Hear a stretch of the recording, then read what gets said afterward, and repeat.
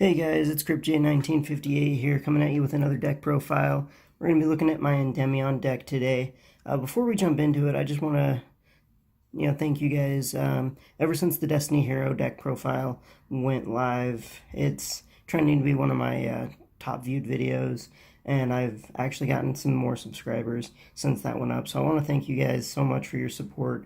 It really means a lot. I've been trying to grow this channel for a little while now, and it's been a long road, but we're starting to make some progress. So thank you guys so much for your support. And I do want to just kind of remind you guys, keep liking, subscribing.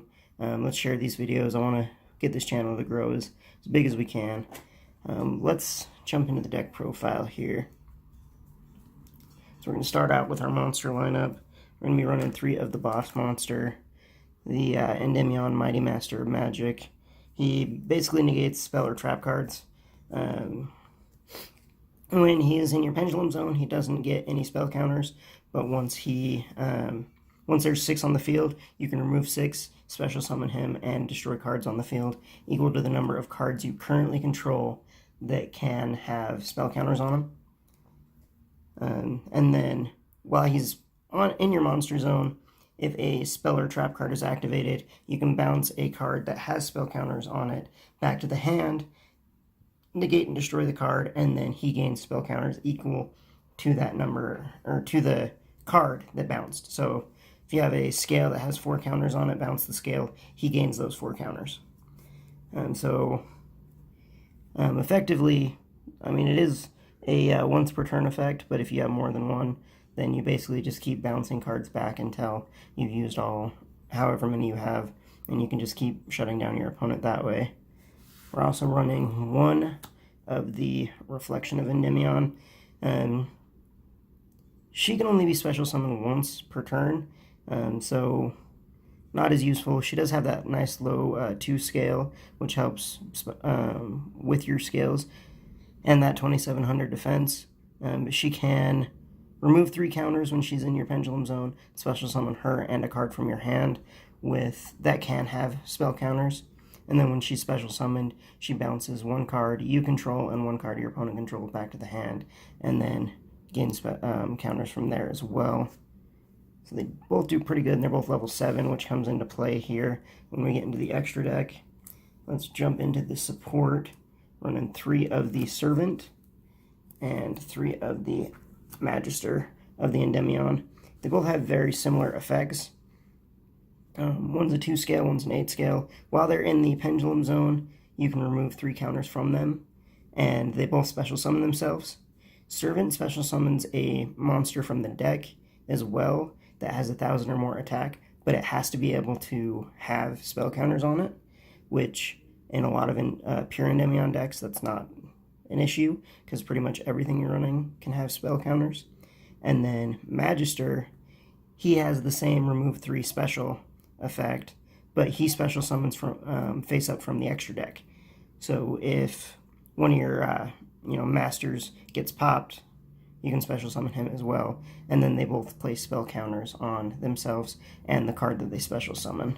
So they help get into help kind of swarm the field, so you can get into some of your link plays. And then if you open up both of them, you have pretty much your full scale, so you can pendulum summon pretty well. The next one we have is the Magical Abductor. A little bit higher scale, so it does lock you out of your level 3s that we just showed. But what it does is, while it's in the pendulum zone, you can remove 3 spell counters and add 1 pendulum monster from your deck to your hand. And there's no limitation on that other than you need to remove the 3 counters. The monster effect does let you add, you remove 3 counters and add 1 level 1 spellcaster type monster from your deck to your hand. I don't run any level 1s, so that one doesn't come up very often. And then for every spell counter, she does gain a little bit of attack here, 100 attack. So you can get her out pretty big if you open up with her fairly early. That rounds up kind of the magicians that we're running. So let's jump into our next engine. So I'm running 3 Master Cerberus, 3 King Jackal, and probably the best hand trap in the deck is 1 Garuda. So, Master Cerberus, sorry. He's a level 8, so we can't pendulum summon him, but put him in a pendulum zone, pop him, he lets you search either one of these two. And while there are 4 spell counters on the field, he cannot be destroyed by a card effect. And it doesn't have to be on him, just on the field.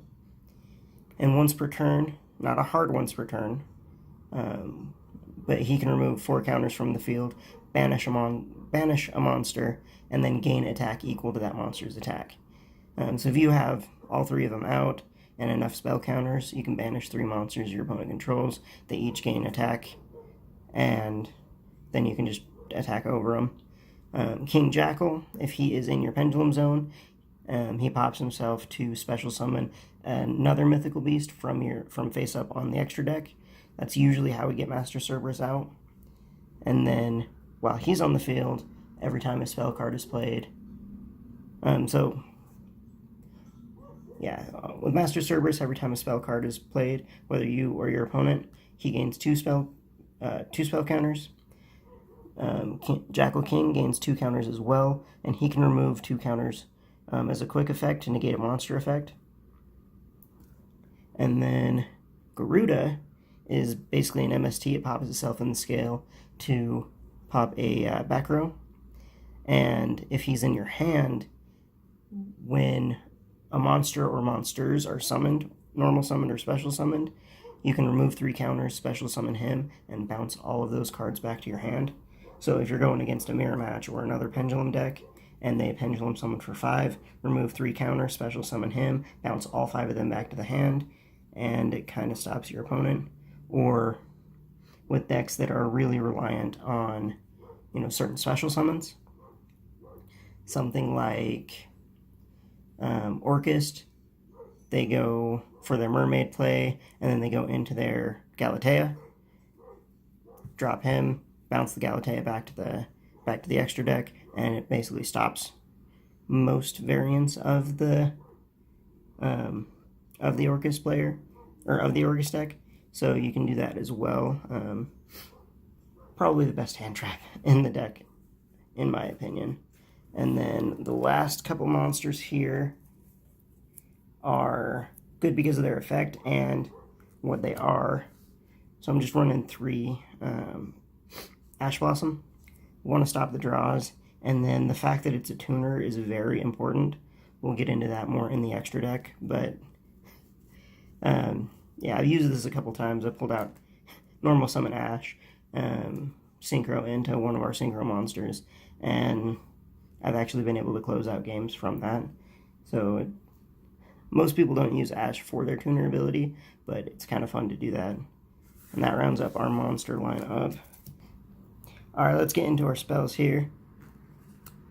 So we're in 2 Magical Citadel of the Endymion, and with most of the Endymion cards, they gain spell counters from spells being activated, and this does the same thing. It has a few different effects. Its main effect is once per turn, when a monster that would remove spell counters, to activate their effect, you can remove it off of the Citadel instead.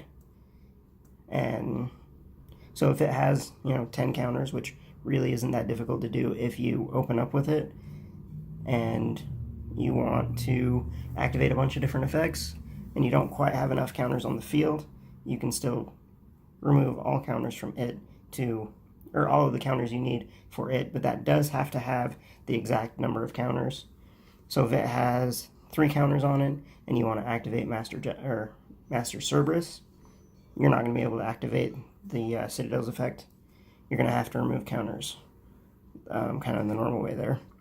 And then when a monster with spell counters would die, you can take the counters off of that and add it onto the Citadel. So you can just kind of keep piling counters on it. And then it does have a protection effect once per turn. If it would be destroyed, you can remove 1 counter and save it. That is once per turn, so if something else happens and your opponent does try to destroy it twice, you're kind of stuck. But most of the time, we can protect it pretty well. The next one I'm running is 2 Mythical Institution, and this works really well with the Mythical Beast. Basically, if a Mythical Beast is destroyed by battle or card effect, you add 2 spell counters to the Mythical Institution, and then once per turn, during your main phase, you can remove spell counters and search a monster whose level equals the spell counters that you remove from the field. It doesn't have to be itself. So, if you have, say, Servant in your hand, and you want to get a Magister, so you have that full 2 to 8 scale, then you remove 3 counters from the field, search your Magister, and then go off from there. And then we're going to get into some of our other counter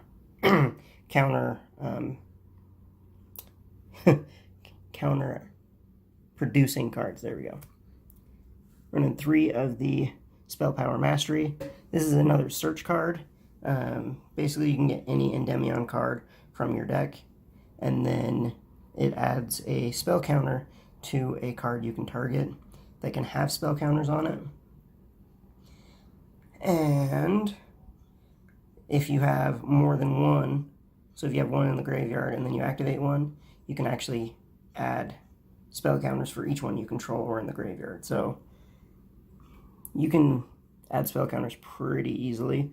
It does kind of act like a terraforming. You can get your Citadel or your Master of Magic or any of the endymion specific cards. So it works pretty well, and then you just keep adding the spell counters up. And then we got 2 Bestiary.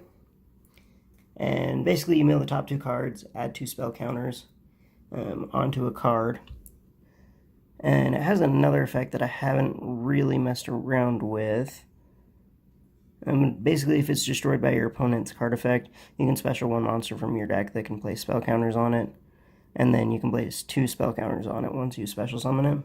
So basically, since you can only activate 1 per turn, if you open up both, you activate 1, mill your 2 cards, place your 2 spell counters, set the other one, and then, in like the standby phase or something, your opponent tries to pop it and you're not able to activate it for whatever reason, then you do get that special summon as well. I tested a few different cards. I was testing Spell Power Grasp instead of this, because sometimes you do mill cards that you don't want in the graveyard, you would rather have on your extra deck, but getting the spell counters can really turn it all around. If all you have is a King Jackal and you need those 2 spell counters so you can negate something, it works pretty well. The next card I have a love-hate relationship with. Probably 7 out of 10 times it ends up in my favor, but those 3 times that it doesn't has the potential to lose me the duel right there, and that is Pot of Desires. Sometimes you end up banishing like all of your main combo pieces, but a lot of times that extra 2 draws plus the spell counters you get just from activating it can make the difference in a game. So run that at 3. Can't really tried coming up with different ways to still get the draws but not have the drawbacks. Pot of Duality doesn't work because we're going to be special summoning quite a bit. Pot of Extravagance doesn't work because if we banish one of our main monsters, then we're pretty much done. We can't combo off as well as we could. So right now this is kind of the best we got, but I'm still always looking for, better options. And then I'm running 3 Called by the Grave, because we don't like hand traps getting in the way of us setting up our board, plus extra spell counters. It's pretty self-explanatory. I also don't use Called by the Grave just for hand traps. I've used it against several different decks. Something as simple as, Salamangreat, when they reincarnate into Sunlight Wolf, Called by the Grave, the Sunlight Wolf that they just sent, they're not able to get they're not able to get the search or the add, so they're kind of stuck. If you use it strategically, then it works really well. It just kind of depends on what you're playing against. And then the last two cards are one-ofs.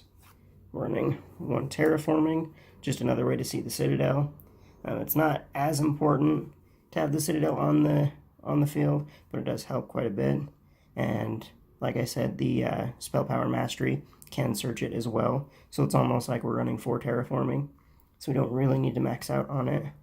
And then an upstart goblin, just another draw card, and the extra life point gain to your opponent doesn't matter a ton, just because a lot of times we can set up boards with quite a bit of damage on it, so it's not that big of a deal. And the only life point that matters is the last one in Yu-Gi-Oh! Anyway, so.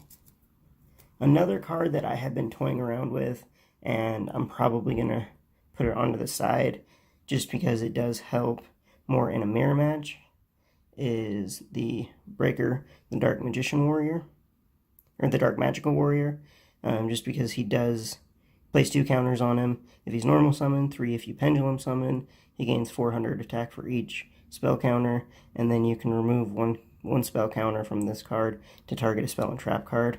So it's really just to pop your opponent's scales. So it works really well against the pendulum matchup or the mirror match. I tried running it in the main deck, but it ended up being more of a brick. But probably relegated to the side. I'm still working on the side deck for this. I'm not quite sure what I want to run. It kind of depends on how this format starts to look, and so we should be getting more information on that pretty quick with all of the events that came out. That does round up the deck. Let's jump into the extra deck. So we're running one Electromite, because it's only at 1, but it is by far the best link monster you can use with a pendulum deck, because it just requires 2 pendulum monsters, and then you send a pendulum monster from your deck to face up on your extra deck. Then you can pop a card you control to add a face up card from your extra deck to your hand, and if one of your scales gets popped while it's on the field, you get an extra draw. So a lot of times what I'll do is get my magical abductor on the field, remove the 3 counters, search the card I need, go into Electromite, pop the abductor, and get the draw. I'm also running Daybreaker, the Shining Magical Warrior. Don't go into him a ton. His effect is kind of difficult to get off. Basically, when he's summoned, he gets 2 counters, and then if a spellcaster monster is special summoned to a zone he points to, you can place 1 counter on the card. So you really only build up the counters if you pendulum summon to both points, then he can get 2, and then you can remove 2 counters from this card and then target 1 card on the field and destroy it. So it does okay. Maybe late game when you've already used your Electromite, it does pretty well. But other than that, it's not something I go into a lot, but it does come up every once in a while.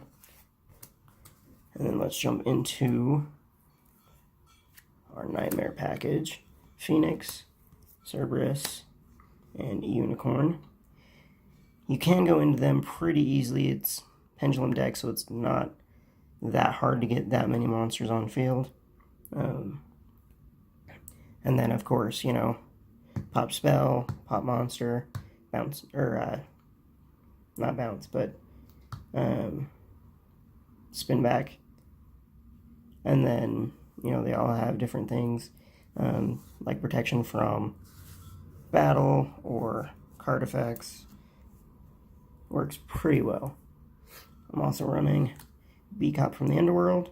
We are running quite a few darks, so it's not hard to get her up with her effect, and then just an extra protection. Putting a counter from her onto Citadel helps it from being popped, or any of your other cards that you need. then the Boral Brothers, Boral Sword, and Boral Load. Pretty much OTK or getting over difficult monster. Pretty self-explanatory. And that rounds up our links. So let's jump into our XZs. So I'm running one Big Eye, since we do have a lot of level 7s. Works really well. Snatch, steal a monster, and then just kind of attack over them. And then I'm also running Odd Eye's Absolute Dragon. Does have, his own ability, stops attacks. Then if he's destroyed, you can summon Vortex Dragon, and then he lets you shuffle back your face-up cards on your extra deck to negate stuff. And then with that, I'm also running Meteor Burst Dragon. Pretty easy to get into, since all you really need is a level 4, which we have with Abductor, and a Ash, and then that does let you special summon one of your other Odd Eyes, so you could potentially get out all 3 on one turn if you do it right. And then the last 3 cards I've been having a lot of fun with. So we have Arcanite Magician, Tempest Magician, and Explosive Magician. So Arcanite gains 1,000 for every counter he has. You put 2 counters just from Synchro Summon him, so he basically comes out at 24. And the thing that makes him kind of broken is you can remove 1 counter from the field, target 1 card your opponent controls, and destroy that target. It is not once per turn at all. So your opponent has all 5 back row, all 5 monsters, their field spell, and if they somehow don't have anything to negate any of your effects, and you have more than 11 counters, you're wiping their field. And that's pretty unfair. So it can help you get over some difficult stuff or get rid of some problematic stuff. The Tempest Magician has a very interesting effect. She's mostly used in time. Basically what she does is she gets 1 counter for being summoned, and then you can discard cards from your hand to add counters onto the field. And then you can completely get rid of all of the counters on the field and burn your opponent for 500 for each counter. So 10 counters, 5,000 damage. It's just kind of insane what you can do with her. So pretty much getting close to time. You have a level 3 and an Ash Blossom. Pull her out, dump your hand, load up the field, and then burn your opponent so you can win in time. Explosive Magician has actually been errated. This is the original version, and I do have the errated version right here, just so I have that. The original version just says that you need to select and destroy a spell or trap card your opponent controls, as to where this one actually says target, because that was kind of the big debate. Basically, you remove 2 counters from your field, target 1 spell or trap your opponent controls, and destroy it. Again, not once per turn. So he kind of has the same idea as the Breaker the Dark Magical Warrior, as to pop your opponent's scales. Only, I think the only difference is he requires 2 counters to pop the spell, and Dark Magical Warrior only does 1, and he is once per turn. So higher cost, but not once per turn. Lower cost, but you can only pop 1. That does round out our extra deck. I've been having a lot of fun with it. If you get the right hand, you can set up just crazy amounts of negates. You can negate monsters, you can negate spell and traps, and then pretty much keep your opponent from playing Yu-Gi-Oh! And then once it comes back to your turn, you basically pick their board apart and just attack over them for game. A lot of fun. I have been playing with it online, and there have actually been times where I've played one card and they quit the game. They don't even want to deal with endymion. There are better versions of the endymion deck out there. The endymion, like Guard Dragon for one, or endymion Pen Magician. They seem to be a little bit more consistent as far as getting mass monsters on the field, but I do like the pure version. I think it's a little bit more fun, simpler play style, and it can be a lot more rewarding to win with it. But anyway, that's my deck profile. Been toying around with it for a little while. A lot of fun. Just let me know what you guys think in the comments. What you would switch out, why you'd switch it out. I'd love to hear from you. That's kind of what I want to start doing, is showing you guys what I'm running, and then what you guys would switch out, and then kind of testing it out for myself, and kind of going from there. And then I can start doing updates as well if I do find something in the comments that I like, and then I can even shout you out in the video, in the update video that I do. But yeah, let me know what you guys think. Remember, again, like, subscribe, let's share these videos. I want to keep growing the channel so I can start bringing you a lot more content. Again, thank you guys so much, and you have a great day.